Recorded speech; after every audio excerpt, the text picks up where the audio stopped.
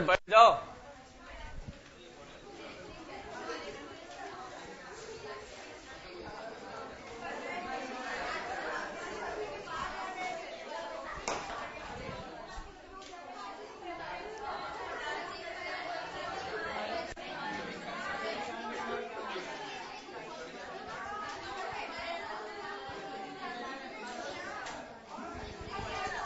ए, बस रख दो।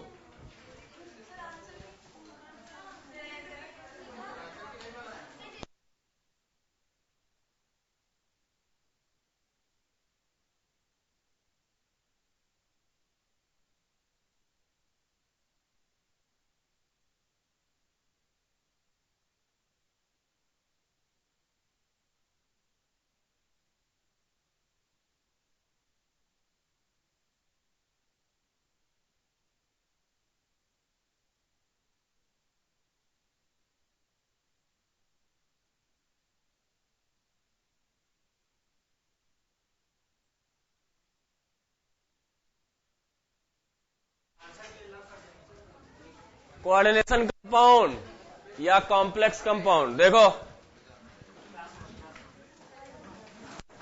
अगर आप पानी में साल्ट मिला दो, दो या दो से अधिक, साल्ट ए साल्ट बी, और दोनों मिलकर के एक नए टाइप का साल्ट सी डेवलप करें। जो नया साल्ट डेवलप हो रहा है, अगर इसके टोटल आयन का टेस्ट लिया जाए और वो टेस्ट यहां के टेस्ट और यहां के टेस्ट से मैच करे, अगर यहां दो कैटायन या एक कैटायन एक एनायन का टेस्ट मिल रहा है, यहां एक कैटायन एक एनायन का टेस्ट मिल रहा है, और वो चारों आयन का टेस्ट ये सी देता है, तो वो आपका डबल साल्ट है। और अगर उसमें से एक भी आयन का टेस्ट उसने अगर नहीं दिया तो वो कॉम्प्लेक्स है। क्या बोला मैंने, समझ गए? जिससे ये मिलकर बना है उसका भी टेस्ट यहां से मिलना चाहिए, जिससे ये मिलकर बना है उसका भी टेस्ट यहां से मिलना चाहिए। अगर ऐसा है तब तो वो डबल साल्ट है, अदरवाइज क्या है? बस, इसे कहते हैं एडिशन ऑफ साल्ट। से दो चीजें मिलेंगी, या तो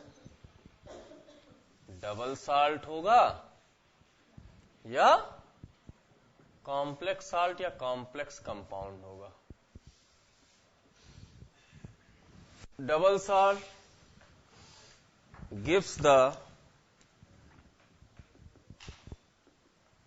test of constituent ion in aqueous solution,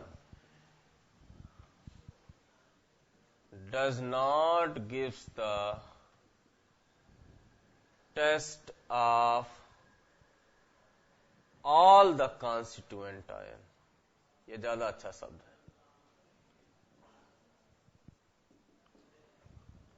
है। इन एक्वस सोल्यूशन, पहले हम उसी का नाम लें जो आपके घर में पाया जाता है, एलम। K2SO4 अलग साल्ट है, Al2SO4 होल थ्राइस अलग साल्ट है। जब इसको आपने वाटर में डिसॉल्व किया, ठीक, हाँ फिटकरी, तो जो बना वो बना। अब तो बन गया, वाह। तो ये प्लस प्लस है, यहां इंटू इंटू कैसे हो गया है? अच्छा, एरो अलग से लग गया। मतलब इसमें ये अलग चीज है, ये अलग चीज है। हमने पानी में डाला, तो ये बताओ कि ये 24 वाटर कहां से सिर्फ काउंट करके डाले हैं? नहीं, आपने मिला दिया, फिर बाकी बचा हुआ पानी इवापोरेट कर दिया, जो सॉलिड फॉर्म बचा वो ये है। ये है सी, ये है ए, अब समझ में आया? ये है बी, ठीक। यहां किसका टेस्ट मिलने वाला है? यहां से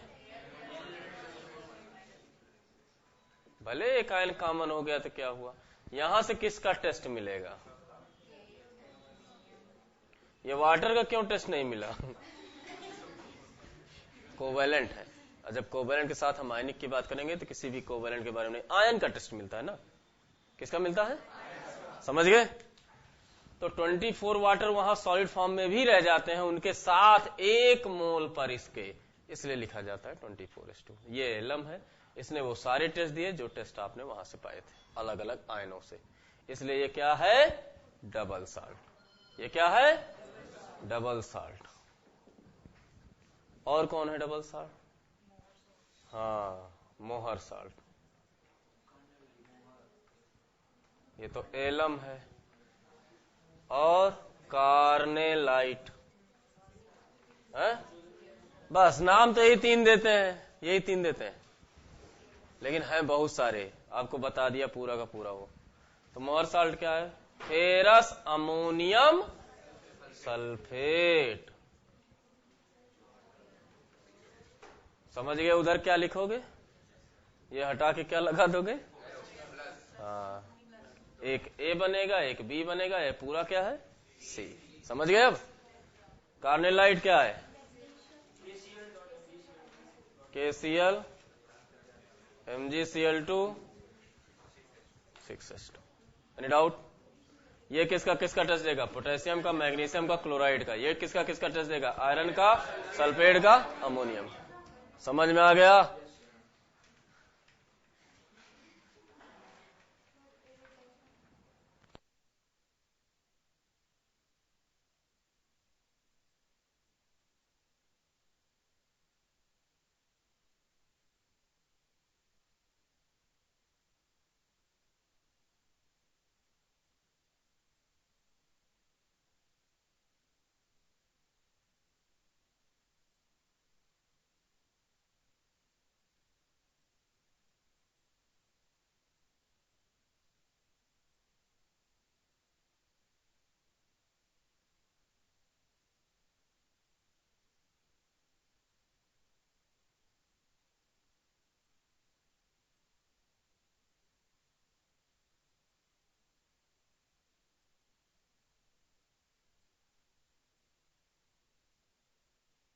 हाँ, क्लियर हो गया ये?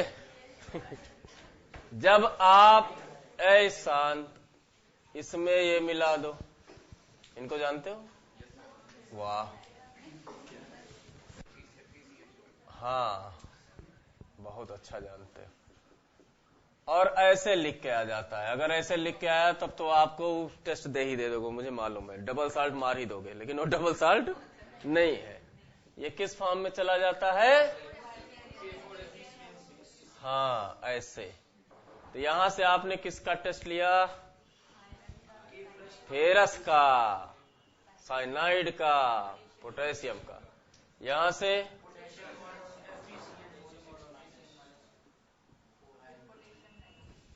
ठीक है, हाँ या ना?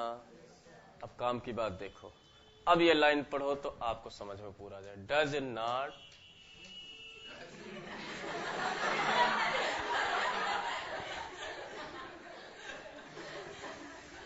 gives the test of all the constituent ions। Not नहीं था, यहीं रह गया था। तो ये जो ऑल द शब्द लिखा हुआ है यहां तो एक मैच कर गया, इसलिए ऑल द शब्द लिखवाया। जितने आयन के टेस्ट इधर मिले हैं ए और बी साल्ट से, उतने के सारे टेस्ट अगर नहीं मिले तो डबल साल्ट, एक तो मैच कर रहा है ना। लेकिन क्या ये टेस्ट इनका मिक्स टेस्ट देगा रेशियो के हिसाब से या प्रॉपर्टी के हिसाब से कि CN 6 है, आयरन के इतने हैं, तो एक टेस्ट ये देगा तो 6 टाइप का टेस्ट ये देगा, इससे मैच करेगा? एक भी टेस्ट इनसे मैच ही नहीं करेगा। वो जो टेस्ट होगा ना इनसे मैच करेगा ना इससे, इसलिए इसको नाम दिया गया कॉम्प्लेक्स आयन। Any doubt? तो पहले तो आप ये जाने, तो इसमें ज्यादा एग्जाम्पल नहीं पढ़ेंगे। क्यों? क्योंकि पूरा कॉम्प्लेक्स कंपाउंड इन्हीं के लिए पढ़ेंगे, हफ्ते भर कम से कम। तो डिफरेंस समझ में आ गया?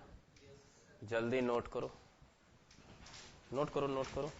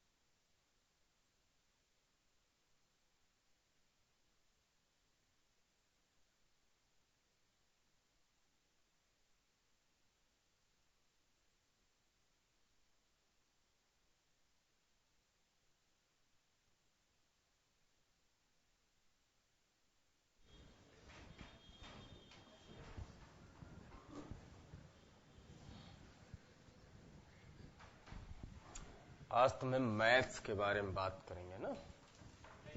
नहीं करें?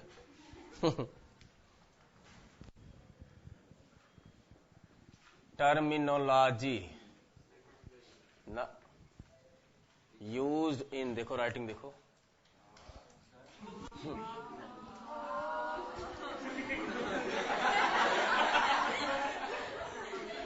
Coordination chemistry.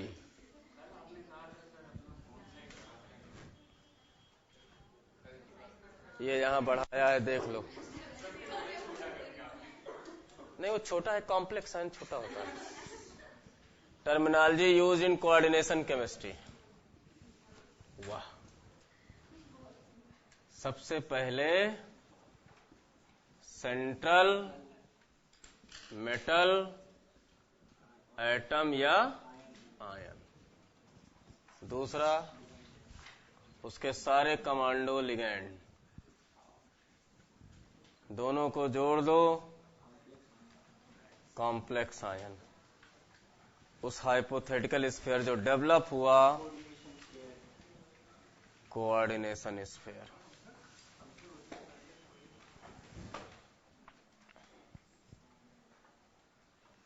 फिर coordination number Cn, effective atomic number.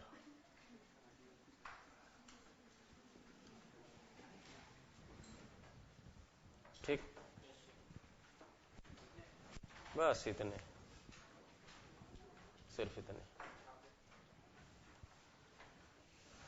ये लिख लिया है? अब नहीं रुकेंगे हम।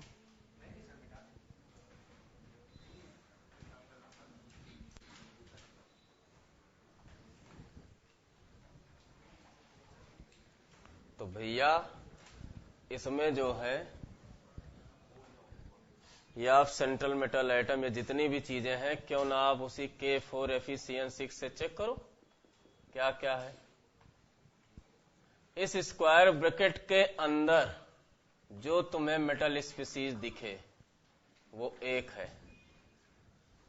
स्क्वायर ब्रैकेट के अंदर जो भी मेटल स्पीसीज दिखे वो क्या है? एक नंबर, यानी सेंट्रल मेटल एटम या आयन। उसके अलावा जो दिखे वो 1+2 और 4 भी हो जाता है यहां। अरे मैथ नहीं पढ़ा रहा हूं, वहां देखो, दोनों का सेंट्रल मेटल एटम और लिगैंड से बना हुआ जो भी चीज तैयार होगा वो न्यूट्रल हो सकता है, नेगेटिव हो सकता है, पॉजिटिव हो सकता है, तो वो कॉम्प्लेक्स आयन हुआ। क्या हुआ? और उससे जो एक हाइपोथेटिकल स्फीयर डेवलप होता है, हाइपोथेटिकल स्फीयर डेवलप होता है, उसी हाइपोथेटिकल स्फीयर का नाम क्या है? Coordination sphere. कोऑर्डिनेशन नंबर में आजकल दो तरह की लाइनें आ रही हैं। पहली लाइन ये आ रही है कि central metal atom lone pair जितना एक्सेप्ट करे वो कोऑर्डिनेशन नंबर है, या लिगैंड जितना डोनेट करे वो कोऑर्डिनेशन नंबर है, या दोनों सही है। सेंट्रल मेटल एटम जितना एक्सेप्ट करे वो कोऑर्डिनेशन नंबर है, लोन पेयर जितना सेंट्रल लिगैंड ने डोनेट किया वो कोऑर्डिनेशन नंबर है। दोनों नहीं सही है। तुम्हारी लोगों की फीस हमारा पेमेंट थोड़ी ना है, मैं अपना पेमेंट पूछ रहा हूं। नहीं समझ में आया? आ वहीं से रहा है, नहीं समझ में आया? पल्ले पड़ गया? वहां टिकट कितने का है आइनॉक्स में? लेकिन चलो ठीक है, लेकिन वहां डिपेंड करता है कि स्ट्रेंथ क्या आई देखने। पर डे की इनकम या महीने की इनकम डिपेंड किस पे कर रहा है? समझ में आ गया? नहीं आया? बस यही इतना है डिफरेंस। तो हम उस की बात कर रहे हैं कि उसने कमाया कितना, ये नहीं बात कर रहे हैं तुमने खर्च कितना किया। तो कोऑर्डिनेशन नंबर क्या है? Lone pair accepted by central metal atom. आ गया समझ में? टोटल फायदा known as effective atomic number. पहले टोटल इस समय कितना पैसा उसके पास है, कोई बात नहीं, जितना उसका एटॉमिक नंबर है उतने इलेक्ट्रॉन तो उसके पास पहले से थे। फिर साल भर में जो खर्च किया, यानी इलेक्ट्रॉन जितना निकाल दिया, positive charge, positive oxidation state. अब फिर कोऑर्डिनेशन नंबर में कितने लोन पेयर होते हैं? एक लोन पेयर इक्वल टू एक कोऑर्डिनेशन नंबर, हाँ या ना? तो कोऑर्डिनेशन नंबर का अगर हम डबल कर दें, कोऑर्डिनेशन नंबर का क्या कर दें, तो number of lone pair accepted by central metal atom multiplied by 2, तो नंबर ऑफ इलेक्ट्रॉन आ जाएगा जो उसने एक्सेप्ट किया, वो हो जाएगा वो दिसंबर एंड में उसके पास कितना था, साल भर का कह रहा हूं ना, जनवरी से दिसंबर, कितना उसके पास पहले से था, वो उसका पहले का माइनस उसके जो खर्चे हुए प्लस कितना आया, that is effective atomic number. और अगर वो एक होल नंबर में आ रहा है बढ़िया वाले, तो स्टेबल है, थोड़ा ज्यादा हो गया तो उसको खर्च करना चाहेगा, कम हो गया तो वो और लाने की कोशिश करेगा। अब वो क्या है, इनर्ट गैस कॉन्फ़िगरेशन। तो अगर इनर्ट गैस कॉन्फ़िगरेशन एग्जैक्ट आ रहा है, जिस लाइन में मेटल है उसी का, तो वो परफेक्ट कॉम्प्लेक्स, स्टेबल कॉम्प्लेक्स। ज्यादा आ गया तो इलेक्ट्रॉन निकालेगा, जब इलेक्ट्रॉन निकालेगा तो खुद क्या हुआ, ऑक्सीडाइज, तो दूसरे क्या करेगा, रेड्यूस। और अगर कम है तो एक्सेप्ट करेगा, और जब एक्सेप्ट करेगा तो दूसरे को, इसलिए कॉम्प्लेक्स कंपाउंड ऑक्सीडाइजिंग एजेंट और रिड्यूसिंग एजेंट दोनों की तरह बिहेव करते हैं, लेकिन कब, कंडीशन है अगर वो इनर्ट गैस कॉन्फ़िगरेशन ना कंप्लीट कर रहे हो तब। और जब वो उससे कम में रहेंगे, ज्यादा में नहीं रहेंगे, तो एक सिस्टम की ओर और वो चले जाते हैं जिसे कहते हैं डाइमेराइजेशन। समझ गए, 35 आ रहा है 36 के बजाय, तो आयरन का FeCO होल 5 निकालोगे तो वैल्यू आएगी 35, इसलिए वो डाइमर बना डालेंगे, CO होल 4 का डाइमर बन जाएगा। समझ गए, MnCO होल 5 का डाइमर बन जाएगा। तो अगर कम है तो दो चीजें हो सकती हैं, लेकिन ज्यादा है तो सिर्फ एक ही चीज होगी, वो डेनोट करेंगे। और कम है तो, क्योंकि उससे आप उनका वो पूरा हो जाएगा इनर्ट गैस कॉन्फ़िगरेशन। समझ गए, ठीक है। तो सेंट्रल मेटल एटम समझ गए, तो जरा इनकी प्रॉपर्टी में थोड़ा थोड़ा बात कर लिया जाए, ज्यादा बात तो करेंगे नहीं, सारी बात इसी पे होनी है। और लिगैंड का लेक्चर अगर ठीक से दिमाग में बैठ गया तो इसके बाद मैं सीधे आपको स्पेक्ट्रोकेमिकल सीरीज याद करवाऊंगा, बीच में कुछ याद करने की नहीं है, और उसका भी तरीका है।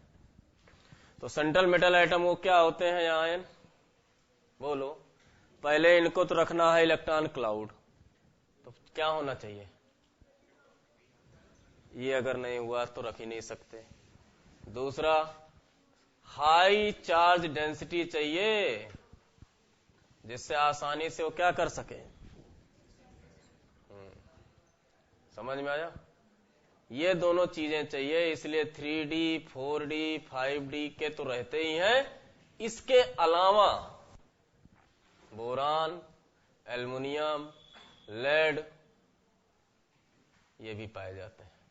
तो जिसमें से 3D का तो आप याद ही कर लेना, स्कैंडियम से जिंक तक, एटॉमिक नंबर भी याद होना चाहिए, ठीक है ना, नाम के साथ साथ एटॉमिक नंबर 21 से 30।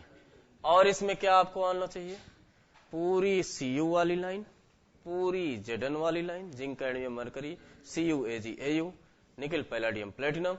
अगर ये लाइन भी याद है तो और अच्छी बात है, कई जगह काम आते हैं फिर ये। तो अगर डी की पूरी लाइन याद रहे तो बहुत अच्छी बात, ठीक है।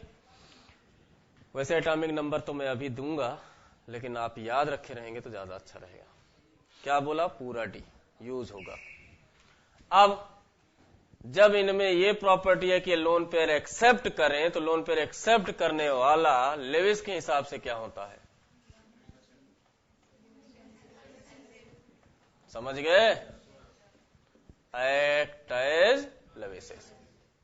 लिगेंड क्या होते हैं, ये डोनेट करते हैं इलेक्ट्रॉन पेयर, और जिसको डोनेट करते हैं वो है सेंट्रल एटम या आयन, सेंट्रल एटम या आयन। तो इन्होंने डोनेट किया तो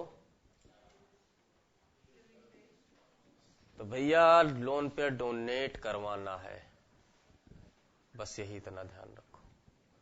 H+ डोनेट करेगा, CH4 डोनेट करेगा, CH3- डोनेट करेगा, H- डोनेट करेगा, हाँ या ना? बेंजीन डोनेट करेगा, लोन पेयर कंटेनिंग डोनेट करेंगे। ये जो डोनेट करेंगे वो तो लिगैंड है, और जो नहीं कर सकते वो लिगैंड करेंगे। डाई बेंजीन क्रोमियम पाई कॉम्प्लेक्स, समझ में आया? लेकिन पाई वालों के साथ एक बहुत अच्छी सुविधा है, बड़ी यूनिटी है। जब डोनेट करेंगे पूरा डोनेट करेंगे, नहीं तो नहीं करेंगे। डाई बेंजीन क्रोमियम कैसा होता है? मैंने अभी आपको इफेक्टिव एटॉमिक नंबर के बारे में बताया। क्या बताया? इस समय इसके पास कितने इलेक्ट्रॉन हैं? क्या इसका कोई ऑक्सीडेशन स्टेट है? बेंजीन का कोई ऑक्सीडेशन स्टेट है? नहीं है। क्रोमियम के पास कितने इलेक्ट्रॉन पहले से हैं? 24। इसने जब ऑक्सीडेशन स्टेट नहीं है तो इसने निकाला तो नहीं, 6 इलेक्ट्रॉन ये दिया, 6 इसने दिया, टोटल क्या आया? मैंने आपको बिना फार्मूले से सिखा दिया। नहीं समझ में आया? क्लियर हुआ? नहीं आया? तुम बहुरही हो। क्रोमियम है, एटॉमिक नंबर कितना है? 24। चार्ज तो नहीं है, कोई ऑक्सीडेशन स्टेट नहीं है ना। जब नहीं है तो बेंजीन के इसमें कितने इलेक्ट्रॉन होते हैं? 6 होते हैं। इसमें कितने हैं? तो 6 और 6 कितना होता है? और ये दोनों यहां चले आए तो अब कितना हो गया? यही तो बोल रहा हूं, वही तो बोल रहा हूं। खर्चा कुछ नहीं हुआ, सिर्फ मिला है। इनके बारे में बात करो। सारे फर्स्ट एक ऑक्सीडेशन स्टेट +1, Cn- का -1, तो इसलिए इसका क्या आएगा? ठीक। तो जब +2 आएगा तो 26 में से 2 इलेक्ट्रॉन निकल गए और 2 × 6 आया। वैल्यू क्या आई? हाँ या ना? क्लियर हो गया? अरे बोलो। तो ये मैंने किसकी बात की? अभी लिगैंड के बारे में, कौन होगा कौन नहीं होगा, साथ में थोड़ा सा उसका रोल बताया यहाँ। कोऑर्डिनेशन स्फीयर क्या है? कॉम्प्लेक्स आयन तो जानी गए, इन दोनों के बनने से बना हुआ है ना। कॉम्प्लेक्स आयन से क्या क्वेश्चन बनता है कि कंडक्टिविटी किसी की उतनी ज्यादा होगी जितने ज्यादा क्या होंगे? Number of ion. तो इस पर कोई प्रॉब्लम नहीं है। आप तो K4FeCN6 ले लो, है? K3FeCN6 ले लो, LiAlH4 ले लो। इसमें कितने आयन है? मेटल अलग, बाकी अलग। कितने आयन? ये 3 इधर, 1 अलग। आ रहा समझ में? और यहां तो कंडक्टिविटी का ऑर्डर। और जिस समय सिर्फ कॉम्प्लेक्स कंपाउंड बचे, ना कैटायन हो ना एनायन हो, ना कैटायन हो और ना ही, तो कंडक्टिविटी नहीं है, क्योंकि वो तो न्यूट्रल है। समझ गए? Coordination number of lone pair accepted by central metal atom या आयन, और total number of electron possessed by central metal atom or ion in complex formation stage। तो ये लिखने के बाद आप इन दोनों का एग्जाम्पल दे देना। मैंने यहां कोऑर्डिनेशन नंबर के बारे में कुछ नहीं लिखा, तरीका वही रहेगा, क्योंकि अभी लिगैंड के बारे में बात होगी, तब आप रियल जानोगे इनको ठीक से। क्यों? तो लिगैंड क्या होंगे? अभी तो आपने लिगैंड सिर्फ ये जाना कि लिगैंड वे होंगे जो इलेक्ट्रॉन पेयर डोनेट करेंगे, चाहे वो नेगेटिव चार्ज का डोनेट करे, चाहे वो लोन पेयर का डोनेट करे, चाहे वो पाई बाड का डोनेट करे, चाहे वो सिग्मा बाड का डोनेट करें। लेकिन सिग्मा बॉन्डेड अगर रहेंगे तो सिग्मा बॉन्डेड, जो सिग्मा बॉन्ड बना हुआ है 2 एटम के बीच को, उसको वो कभी नहीं डोनेट कर सकते। उसका नेगेटिव चार्ज या लोन पेयर जब डोनेट करेगा तो वो सिग्मा बॉन्ड बना सकता है। तो वो तो ऑर्गेनोमेटेलिक में डिफाइन करूंगा कि कब वो सिग्मा है, कब पाई है, कब सिग्मा पाई, दोनों है। समझ गए? तो अभी आप ये जाने, अब लिगैंड को 3 तरीके से डिवाइड करते हैं। पहला तो चार्ज, जितने पॉजिटिवली चार्ज स्पीसीज हैं और लोन पेयर रखे हैं, अगर वो डोनेट कर सकते हैं तो पॉजिटिवली चार्ज स्पीसीज हैं, उनके नाम में IUM लगा देना। O2 डाइऑक्सीजन, O2 प्लस डाइऑक्सीजिनियम, क्या बोला? NH2NH2 hydrazine, NH2NH3 plus hydrazinium, NO2 plus nitronium, NO plus nitrosonium. समझ गए? बस IUM। तो IUM वाले ज्यादातर सारे मोनोडेंटेट ही हैं, टेंशन मत लेना। वैसे मैं बताऊंगा, ये भी पहचानना मोनोबाई। पहले तो ये जान गए, जो नेगेटिव लिगेंड है उनमें जो E है लास्ट का, जैसे क्लोराइड, E हटाओ, O लगाओ।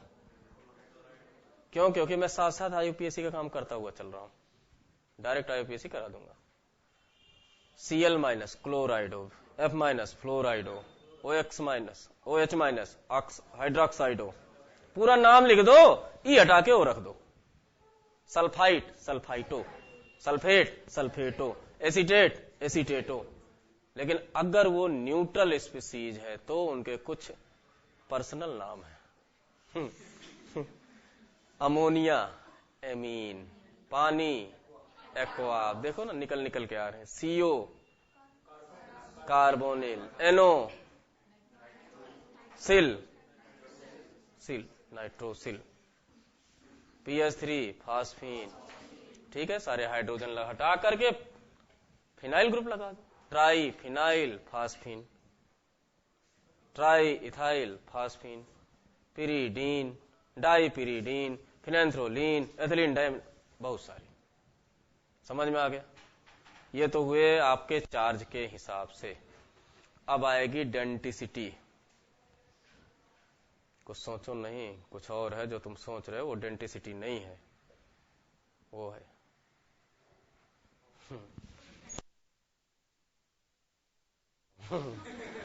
Denticity, number of lone pair donated by 1 molecule. किसको? Central metal atom. कैसे पता चलेगा? एक एटम का है तो एक ही डोनेट करेगा, 2 एटम से बना है वो एटम यहां है, मॉलिक्यूल यहां है तो भी एक ही करेगा, 3 एटम से बना है एक भी कर सकता है और 2 भी कर सकता है। यही जो 3 एटम से बनते हैं वही तो एम्बीडेंटेट होते हैं। सही है? गलत है, वही फ्लैक्सीडेंटेट होते हैं। एम्बीडेंटेट तो कल बताया था सब्स्टिट्यूशन में, ध्यान नहीं दिए। वह फ्लैक्सीडेंटेट है, फ्लेक्सिबल हो गए, जब मन कहे 1, जब मन कहे 2, लेकिन तुम्हारे मन पे नहीं, सेंट्रल मेटल एटम के मन पर। Fe+2 में क्या है? Fe+2 में कोऑर्डिनेशन नंबर 6 है। Fe+2 में कोऑर्डिनेशन नंबर 6 उसको चाहिए, 6 लोन पेयर चाहिए। अगर अमोनिया के आपने 5 डाल दिए तो कार्बोनेट से सिर्फ 1 लेगा। अमोनिया पर आयरन +2 दे दिया और अमोनिया के 5 डाल दिया, बोलो। लेकिन इसको चाहिए 6 लोन पेयर। कितने चाहिए? तो अब एक कार्बोनेट आप डालने वाले हो, ये कार्बोनेट आपने डाला, मैंने कहा 3 एटम, तो 3 का हो या 4 का हो, मैं उससे मतलब नहीं है। अगर उसने 4 मेंबर की रिंग बनाई तो 4 की बनाई तो वो बाइडेंटेट की तरह बिहेव कर सकता है, स्टेबल नहीं है। और इसको जब चाहिए कितने लोन पेयर चाहिए? 6। तो अगर 5 यहां से पूरा हो गया तो ये 1 ही देगा। कितना देगा?